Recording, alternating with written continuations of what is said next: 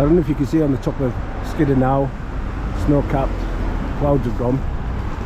We're just going to head this way down towards that Premier Inn, which is opposite from the main street, and then we'll just come from down there. So, but anyhow, keep you updated on the walk itself, or in fact, the buildings here are just to the side of the Crossway Parish Rooms.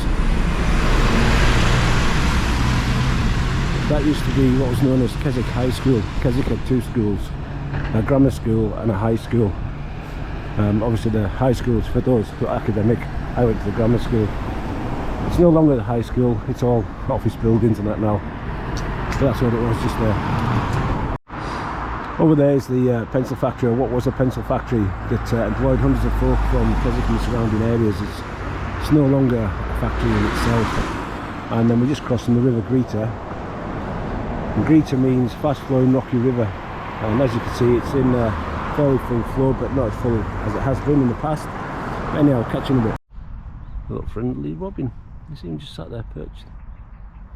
Amazing. So as we come out the bottom end or western end of Keswick itself, over in the distance there you can see the other school, the one that I went to, which is called Lerthert. But anyhow, continuing on with our little wander, near to Portinskill now, and then we're going up the side of the lake and along, and the weather's looking as though it's going to turn out nice, crisp, sunny day. You'll be able to see the tops. Catching a bit. So after a mile and a half, we're just going over the suspension bridge into Portinskill itself. Again, there's a River Greeter, as you can see, still flowing fast and quite high, but then again we've had a lot of rain, so can't complain. So it's just here that you come off the pavement from Portinskill and head into Nicola Marine, and then follow the path around the lake. So this is Nicola Marine. In the summer it's absolutely heaving with folk. Just across the water there, Derwentwater, you can still see Lattrig. You've got Skidder, and then great view of Wallercrag. There's a cafe here, and there's toilets as well normally. But now we're going to crack on. Bit of a long walk to do, catching a bit. I don't know if you actually see the steam rising from where the sun is drying out the wood, the wet wood. Now, peekaboo. So now at Langham, there's a vehicle disturbing the noise. There's a car park there, and then we've got the visitor centre there, and then up here you can go and llamas and stuff like that. So now, catching a bit.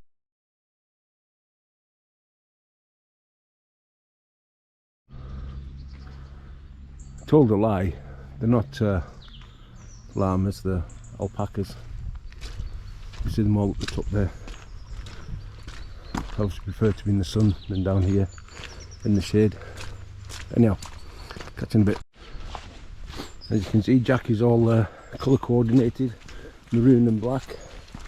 Jacket, shoes, and that, so what a gaiters. Anyhow, let's crack on.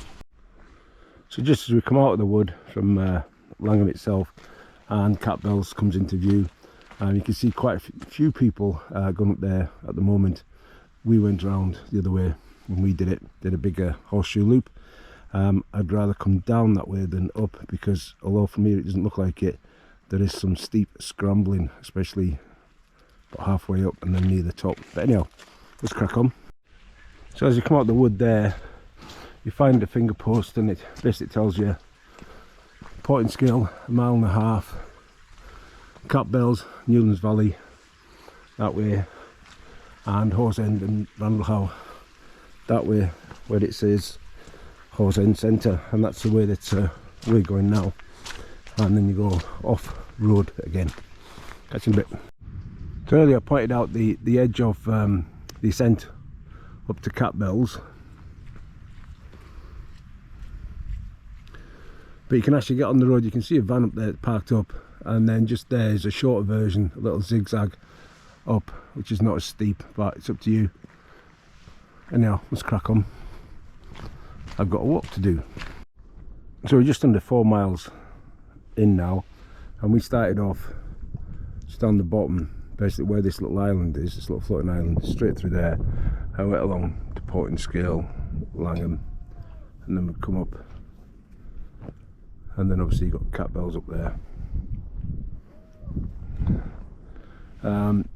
You can see Blencathra, that's covered in snow, and obviously Skid Row again. It's been nice but cold to have been up there, possibly seen a cloud inversion, not sure. And then obviously cracking views of Waller Crag itself, and all we've got to do now is just follow it up and around and up. So earlier I mentioned the walk over Waller Crag itself, but I don't know if you see just beyond where the island is, just after them canoeists, just behind that is Castle Head. Basically you go over the top, fantastic views from Castle Head, down towards Bassenthwaite and up Derwentwater and up the valley, and then you drop down, and then basically we follow it along where that tree line is up to where you see the clouds coming off Blencathra there, and you turn right, and then you follow it up onto the top of Waller Crag. Now if you're up there in the afternoon during the week, there's a good chance that you may see low flying aircraft from the RAF, and then all you do is just follow it down, and then where that wall is there, you basically come down there to a well-known site called Ashness Bridge, and then from there you just follow it down.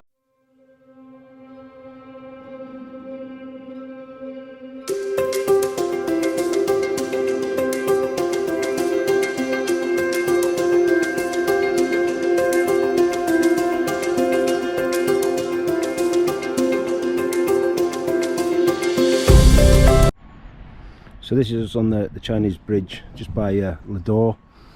Derwentwater's down the bottom there. We're just over the River Derwent here. Just under 6 miles and just less than 2 hours to do it in. So it's not bad timing, fairly flat. Our intention was to get the bus this morning and then go up to Seatoller and come down over Castle Crag there, and then follow the route down that we just took, but we decided to walk around the lake instead. What an amazing day. Just let you see these views again.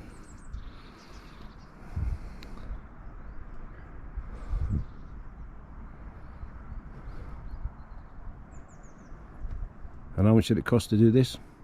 Absolutely nothing. Amazing. Catch you in a bit.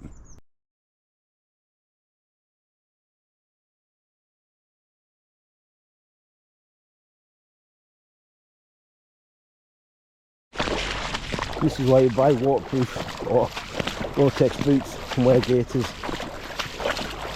and pray that they're still waterproof. Oh my goodness, it's getting deep.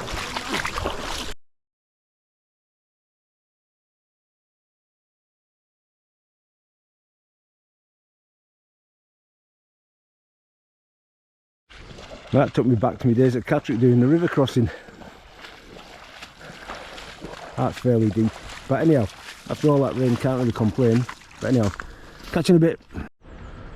Let's check out the reflections in the water there of Catbells. Absolutely amazing. Anyhow, let's crack on. So this is us at Catwell car park, which is just there, and we're gonna follow this path down, see how far we can get. It runs next to the road, the main Borrowdale Road itself. How far we'll get we don't know, because normally Derwentwater isn't so full of water and you can actually walk around the edge of the lake all the way back down to the jetties in Keswick. A gaggle of geese. So that's us at Ashness Bridge, jetty looks a little bit skew with. I don't know what's happened to that. Amazing views. Ashness Bridge itself is just up there, up the road to your right, and that's Lodore Crag up behind you. So you can just so see the Millennium Stones. Normally you can walk out and sit on them, but with the water being so high, Lodore Crag to Castle Crag, amazing.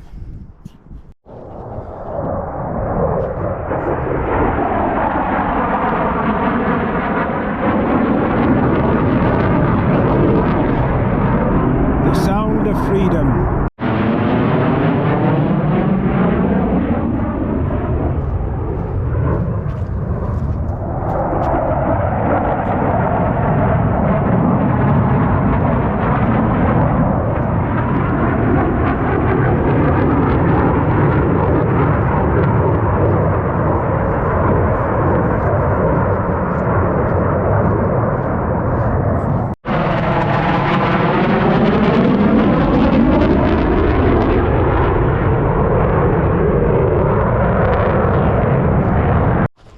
So coming to the end of our walk, and near the end of our walk, there's the famous Friars Crag.